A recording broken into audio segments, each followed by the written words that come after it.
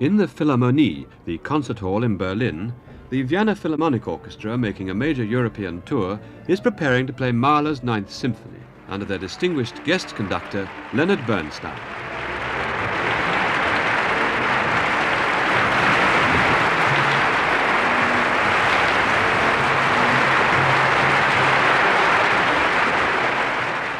Leonard Bernstein feels a very close affinity with Mahler and his music, and for this programme, which will take us back from this performance to the rehearsals for the symphony some weeks earlier, Mr. Bernstein also recorded some notes and guidelines setting out his conception of the Mahler Ninth Symphony.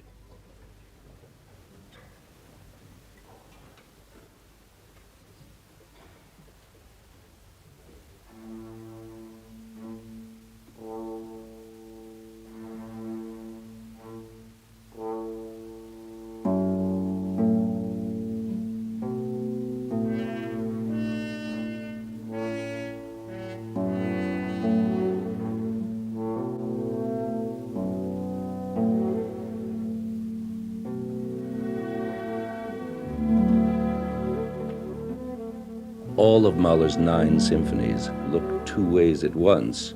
On the one hand, nostalgically back to the innocent past, the beauty of childhood, and then, having failed to find it, looking hopefully or fearfully forward to some sort of resurrection or solution.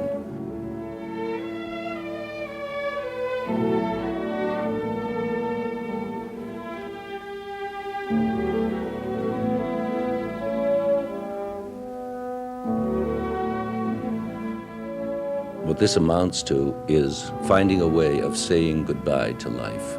And you'd think that after 8 symphonies of having said goodbye in one way or another, Mahler would have said all he has to say on the subject. But as it turns out, in his 9th symphony, he succeeds in writing perhaps the greatest farewell symphony ever written by anybody.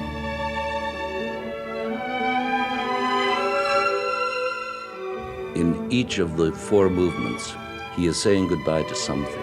In this first movement, it is more than anything a farewell to tenderness, passion, a farewell to human love. The rehearsals for the Mahler Ninth, 3 very arduous days, took place back in Vienna in the Sophiensaal. This is the second session on the first movement.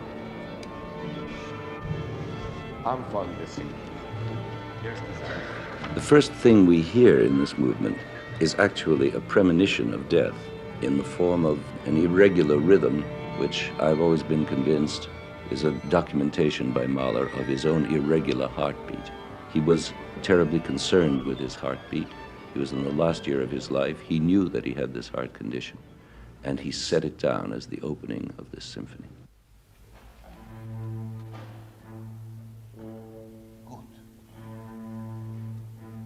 And coupled with this heartbeat, which is doom-laden, is the other main germinal source of the movement, which consists of only 2 notes that signify in their falling position, goodbye, leb wohl, adieu. Schön, jetzt ist so schön.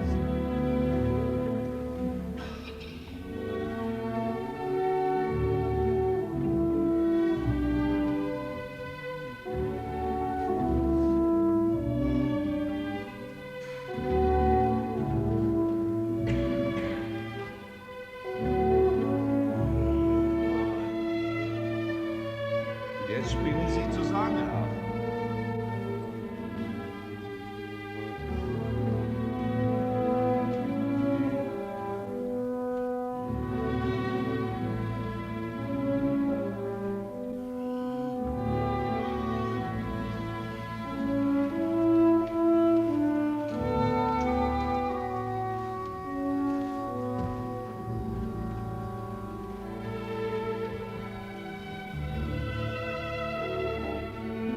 Vergnügen jetzt. The symphonies aren't supposed to be about anything, but Mahler knew that everything he was doing was tied up somehow or other with 2 things. One, the whole problem of life and death, and B, with music itself, the whole symphonic structure that had been created since Mozart and Haydn, and of which he was the final architect, and he knew it. And knowing it was a great burden, because he knew that in each of these pieces, he was not only wrapping up the history of German and Austrian music, but he was also saying goodbye to it.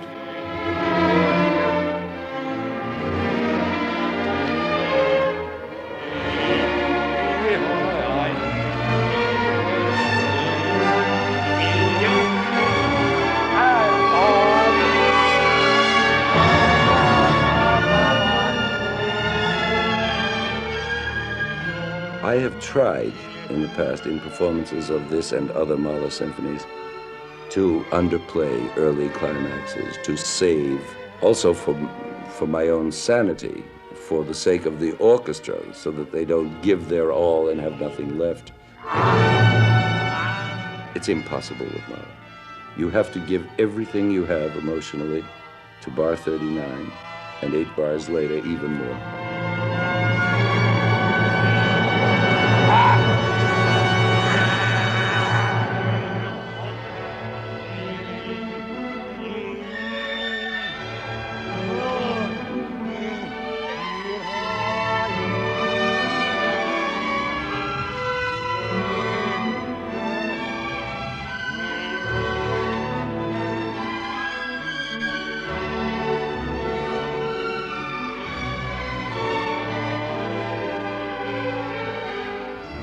Mahler knew that he was close to death, and as a matter of fact, he never lived to hear the symphony performed. He was constantly asking his wife to listen to his heart and say whether she thought it was going normally or irregularly. When they went on walks, he could walk only a certain number of steps per day, and he, in fact, carried a pedometer with him to measure how many steps he took. And he became obsessed by this irregular heart rhythm, and if you doubt that, you can doubt it no longer when those rhythms reappear at various climaxes of the first movement in full blast. And there's always a timpani then to tell you that the fatal strokes are at hand.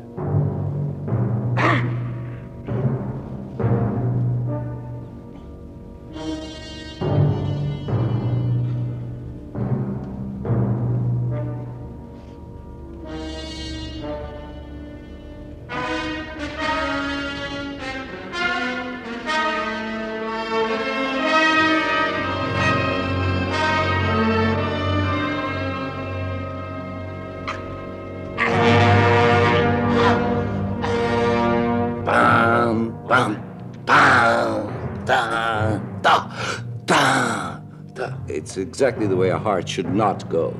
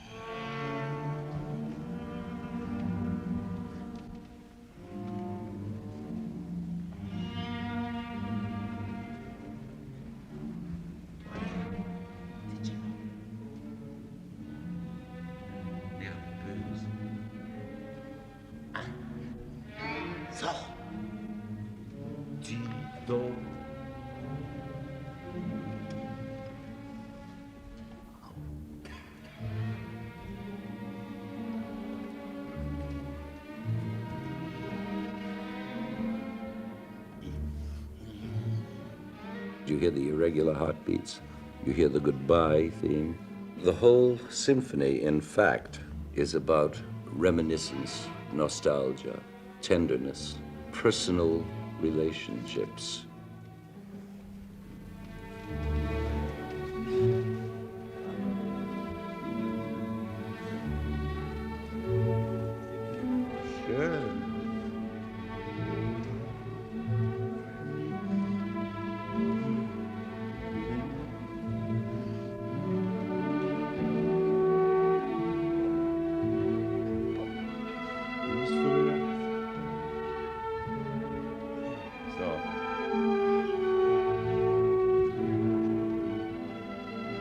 And amidst all this rueful nostalgia, there is a series of enormous climaxes, passionate encounters, which sometimes work and sometimes fail. They are followed by givings up, retreats, surrenders, and then trying again to reminisce, to recapture, to reenact the passionate moments of one's life.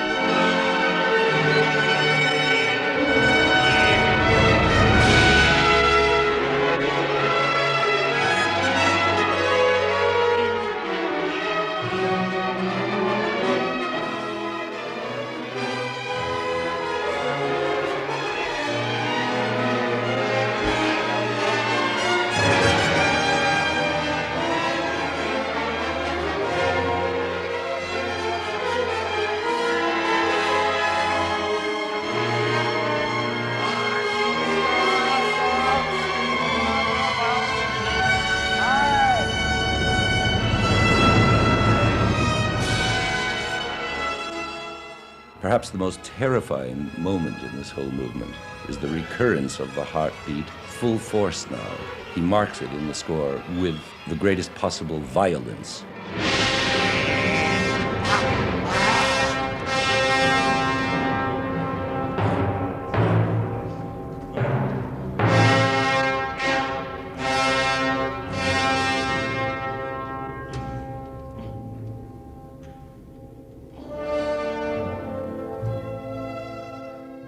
Whenever I come to the end of this first movement, with all its tempestuous raging and yearning, I always feel I'm at the end of a Tolstoy novel. The movement is almost half an hour long.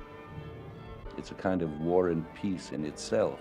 And I'm always amazed at the prospect that there are 3 more long movements to go through in which Mahler is again going to be saying goodbye to other aspects of living. For example, the second movement is a farewell to the simple pleasures of country life, shown to us in the form of Ländler, or country dances.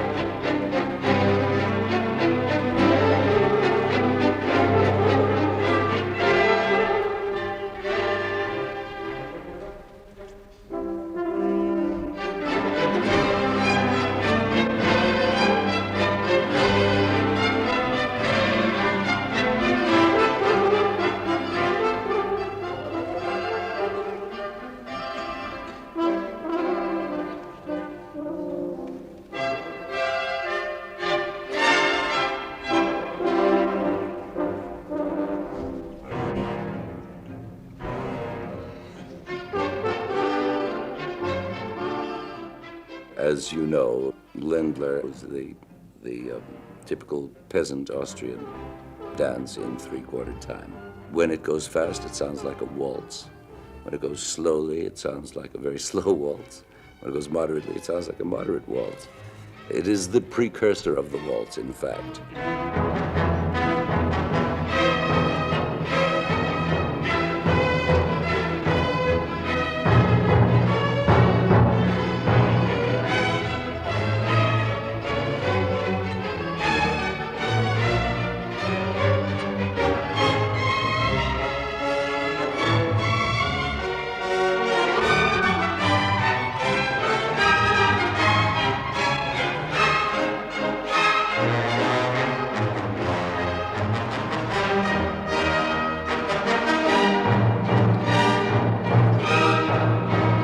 Mahler loved that country music of his childhood and how he yearned for it. Schön.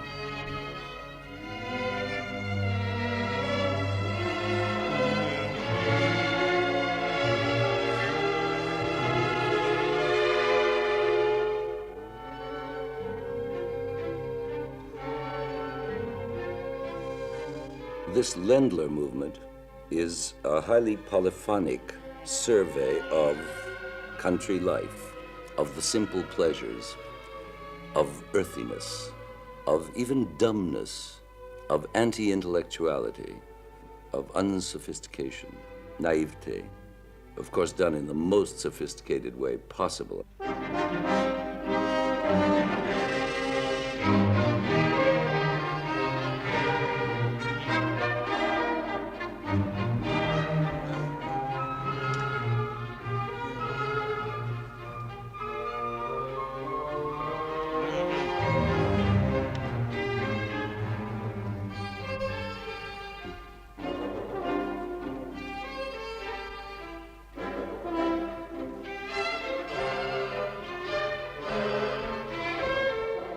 One of the most sophisticated movements ever written. It is ironic, bitter, and yet great fun. Nice.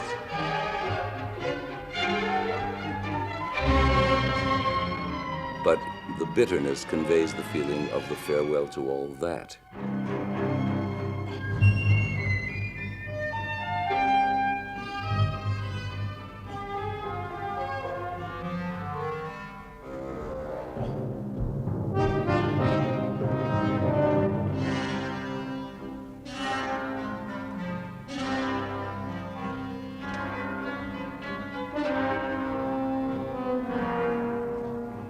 Das kleine.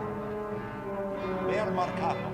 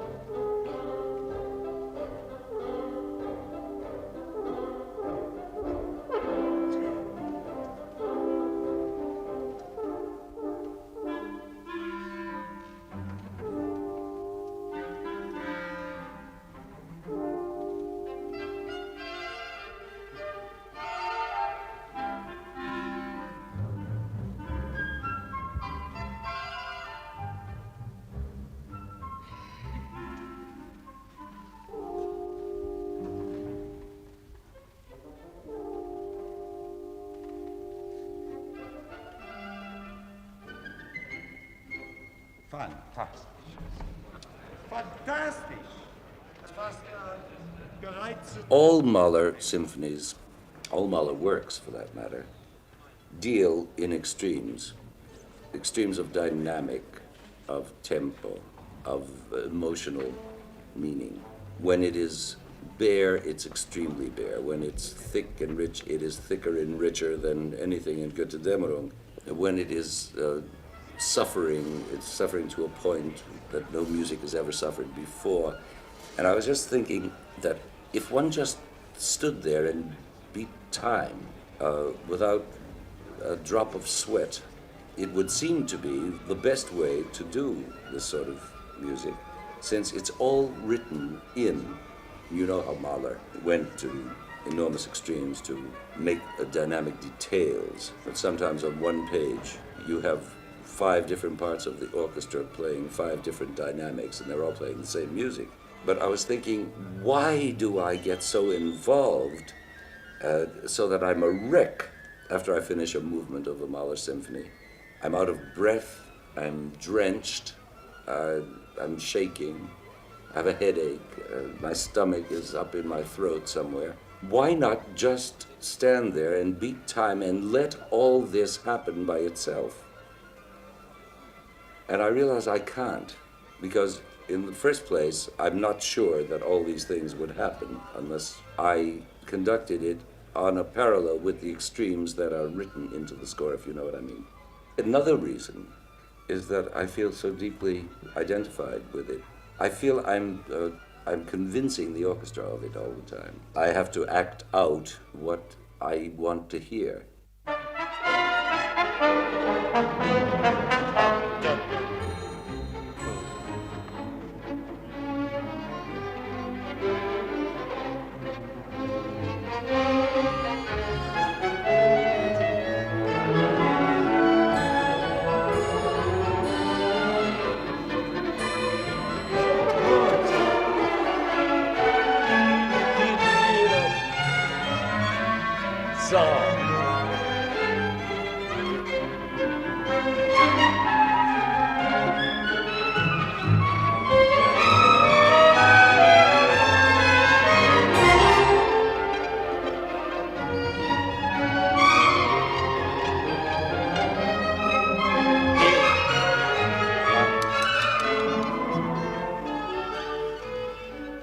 Zu laut. Erste Geige ist Piano. Ja? Und Sie haben Fortissimo. Aber Sie haben Piano. Ja,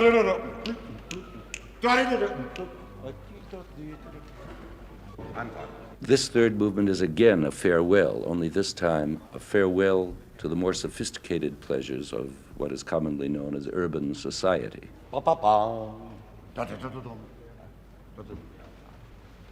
Spastisch.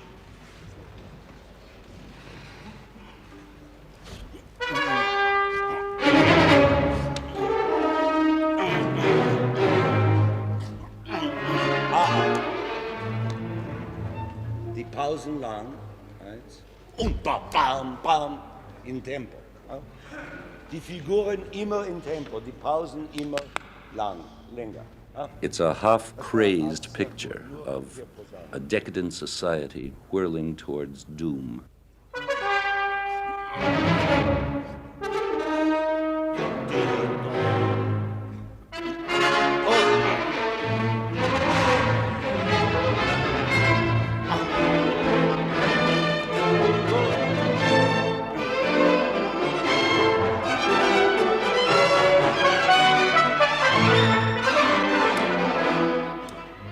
Das muss mehr tanzen. Die Auftakt immer sehr kurz und mehr auf 1. Die pa da de da da di da di di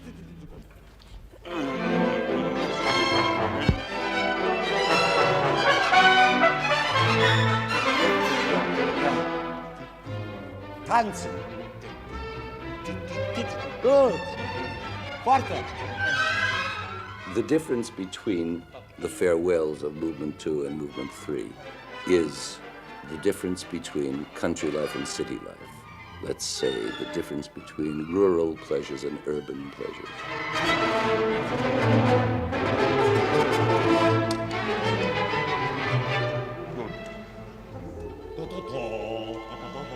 Und hier Triolen. Schwer. Nicht eilen. Ein bisschen Esprit von Offenbach.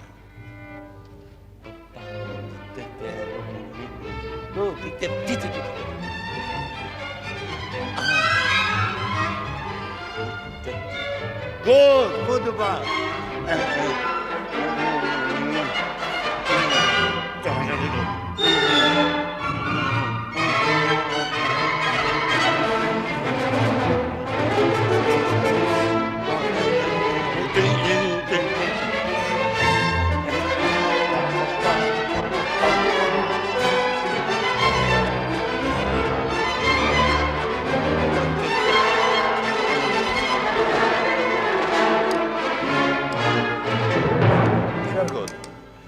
Posaunen, wollen Sie bitte einmal allein machen? Bam, pa pa pa pa, pa pa pa pa, und ganze halbe. Nur dieser Eintritt.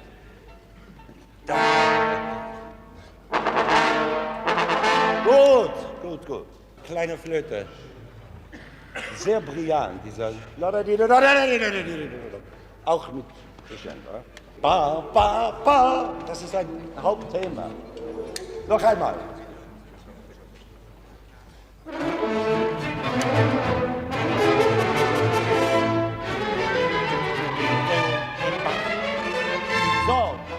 It's the movement that people understand least in this symphony.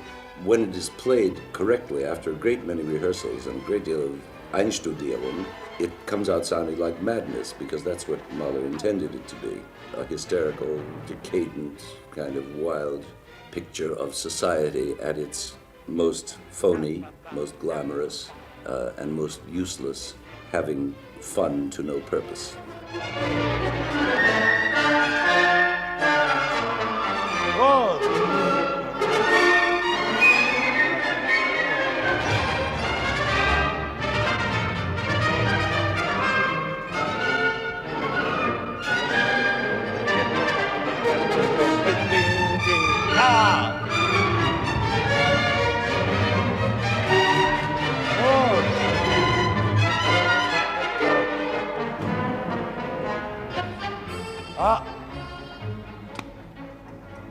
Fortissimo die Auftakte, Rappa und dann nix.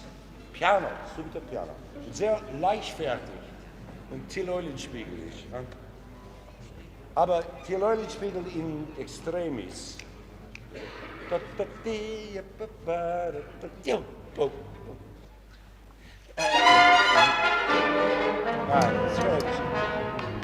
Ich höre nicht vergotten und alle. Das gibt die Karikatur, die Ironie.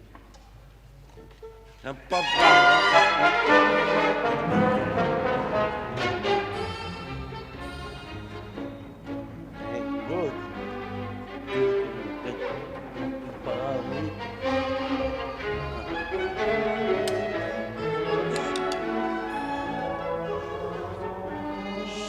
Oboe ist forte, ja. Und espressivo auch. Und Klarinette fortissimo.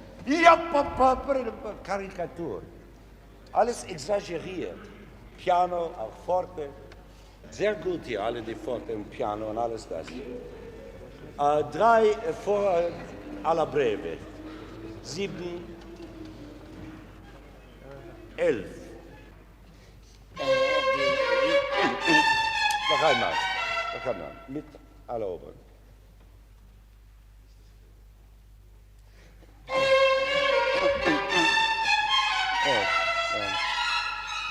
Kann besser sein. Dieses Thema kommt im Finale so schön, dass man kann es nicht glauben.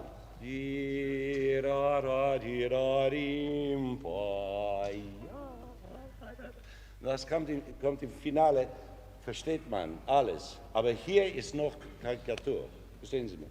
Also das muss sehr markiert gespielt werden.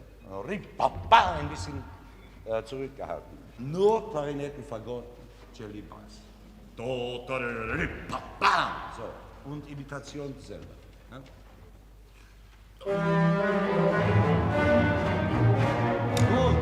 Gut, jetzt kommt's.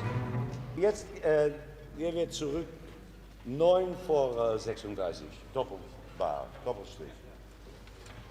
Ja? Zeit. Gott!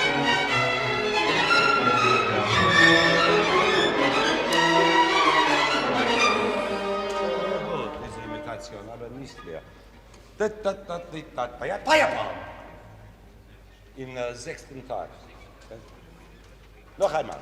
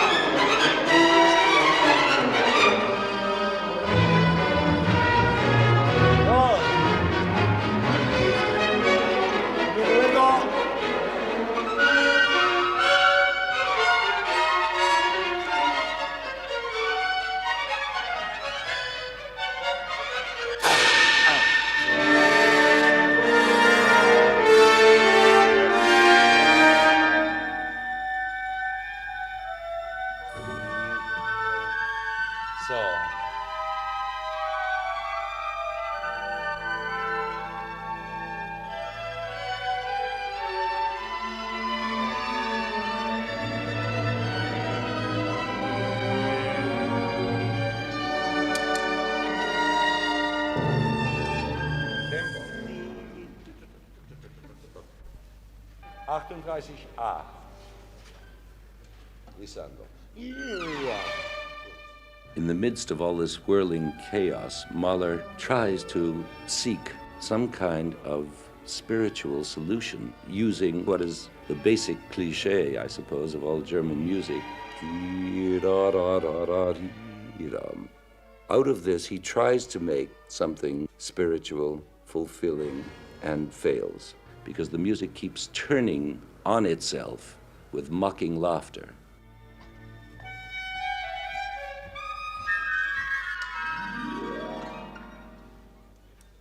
Nicht genug, wie man vorher gesagt hat.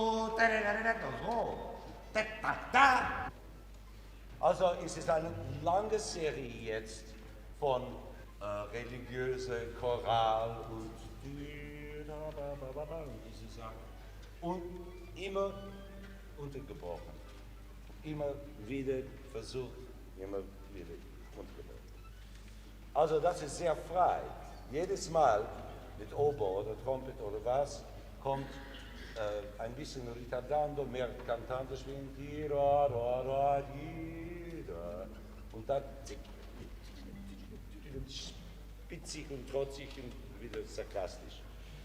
Also, sehr gut. 36a.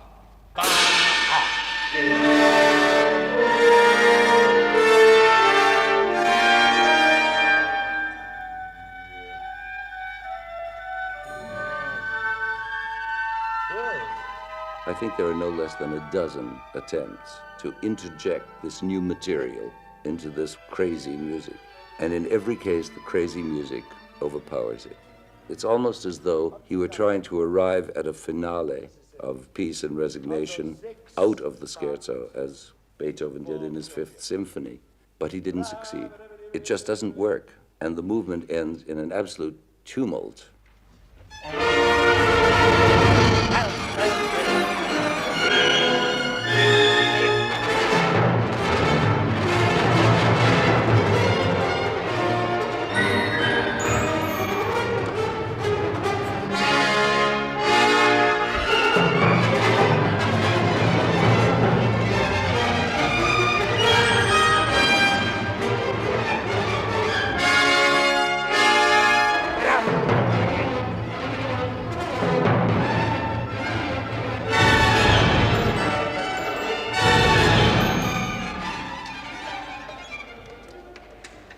Natürlich nicht. Alle Kraft, was sie haben, bababam, bibabam, bibabam, bibabam, viermal. Digadam, digadam, digadam, Also 2 vor 45, 2 Takt vor 45. Diese 2 Langakkorde.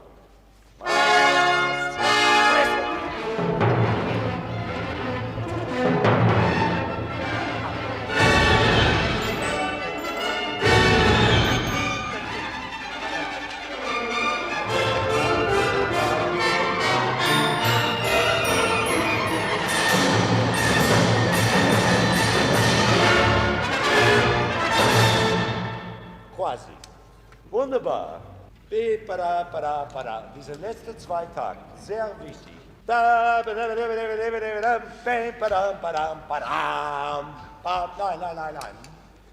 Nicht reden, bitte. Anhören, das ist sehr wichtig, was ich sage jetzt. Das muss klingen so.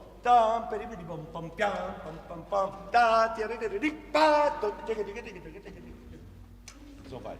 Diese Akkorde im Balance zu haben. Bim, bam, ein Fort, da, bim, bam.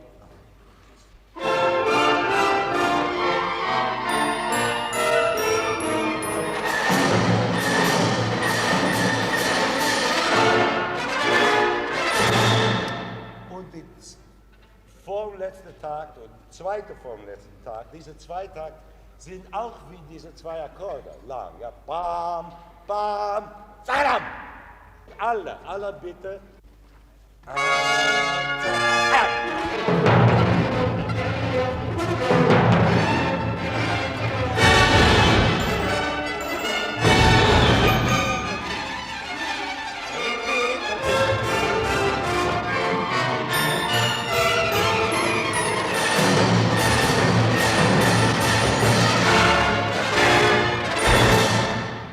Bravi!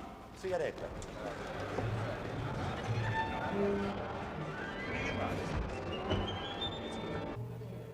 Mahler is practically all made of cliches, and the wonder of Mahler is what he does with these cliches, that they all come out so fresh and so personal, that there is not one of them that doesn't sound like Mahler every minute. But it's only in the fantastic and incomparable last movement that Mahler's cliches finally do turn into gold.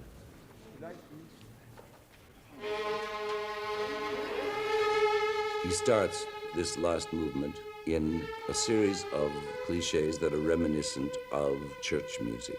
You can practically sing the words of "Abide with me" to the tune that emerges at the beginning of this movement.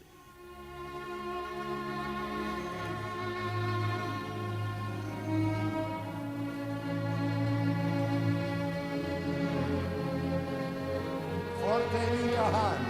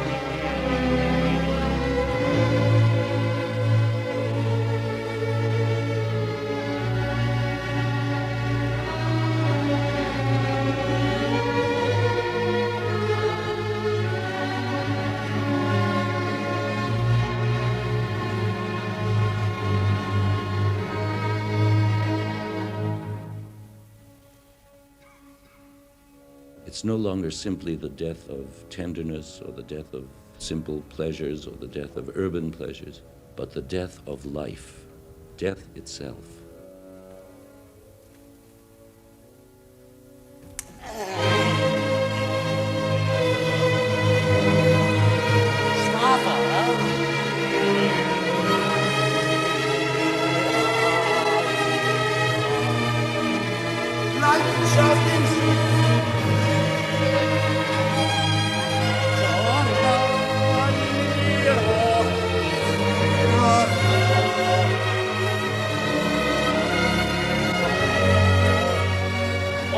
and honor.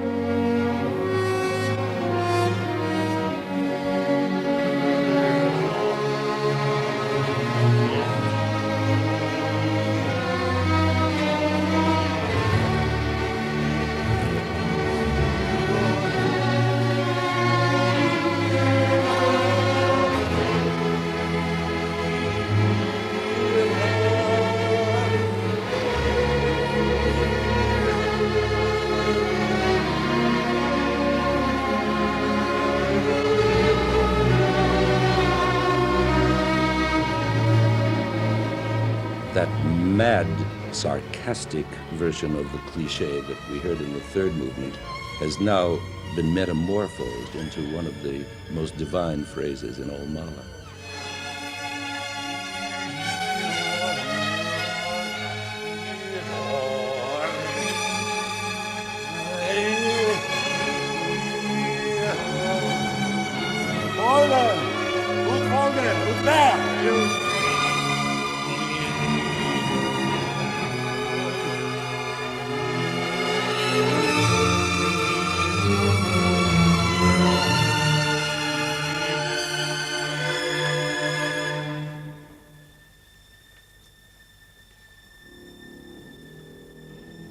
About 4 minutes into this movement, he changes abruptly to a whole other kind of religiousness, which is now Eastern, a kind of very spare, Zen-like meditation.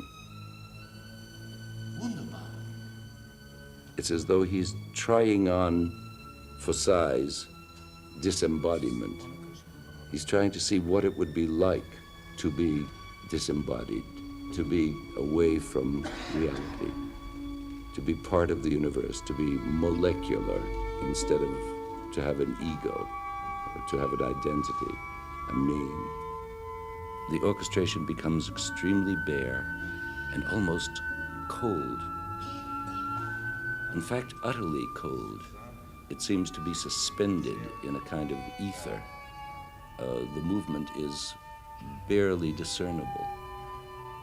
The space between the lines is enormous, and it is the closest thing in music, in Western music, to the Eastern notion of intense transcendental meditation.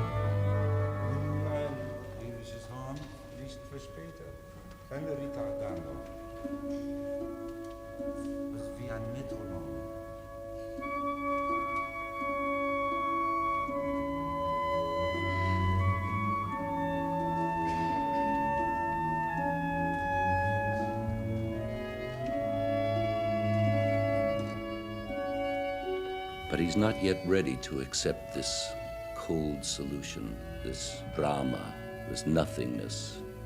And so he breaks out again with this bitter, resentful, passionate clinging to life.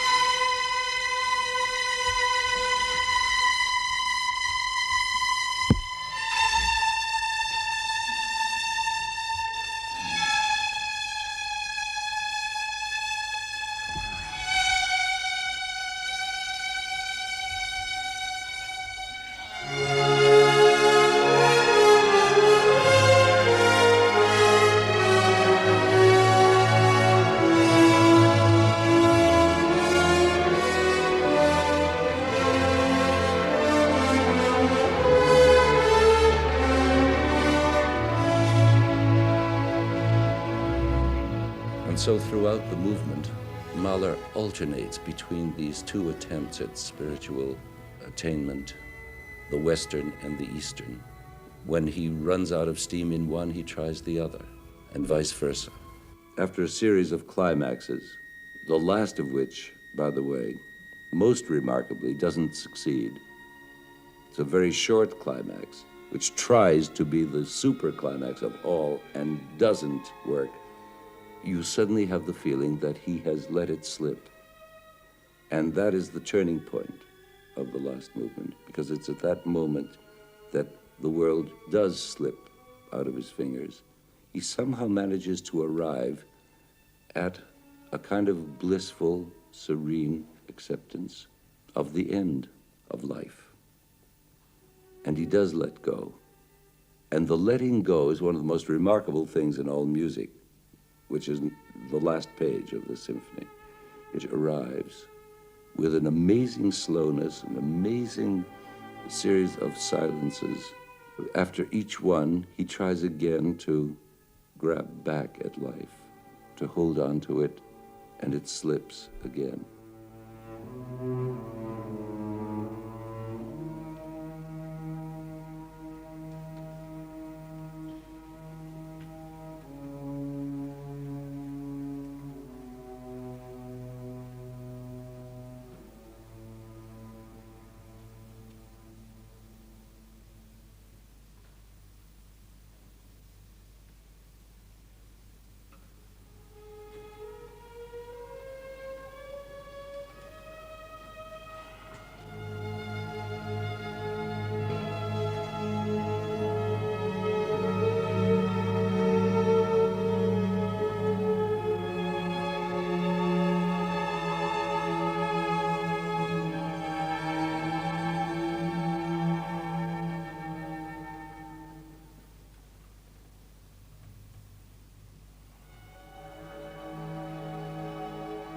There is a series of attempts, each one of which is less and less successful.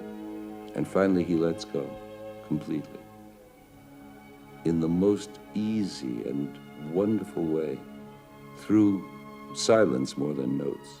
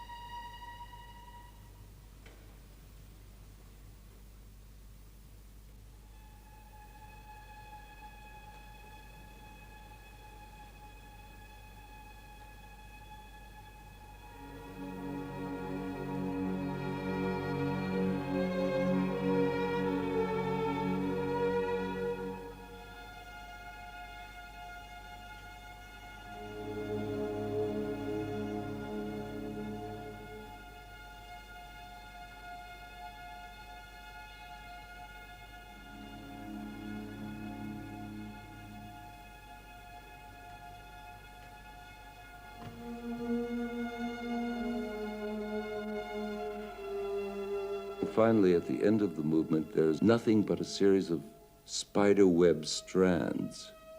One little strand that is barely holding him on to life. And then that lets go. And then one other little strand, just one high A flat in the violins, and a silence. And finally, the acceptance, and it dies away.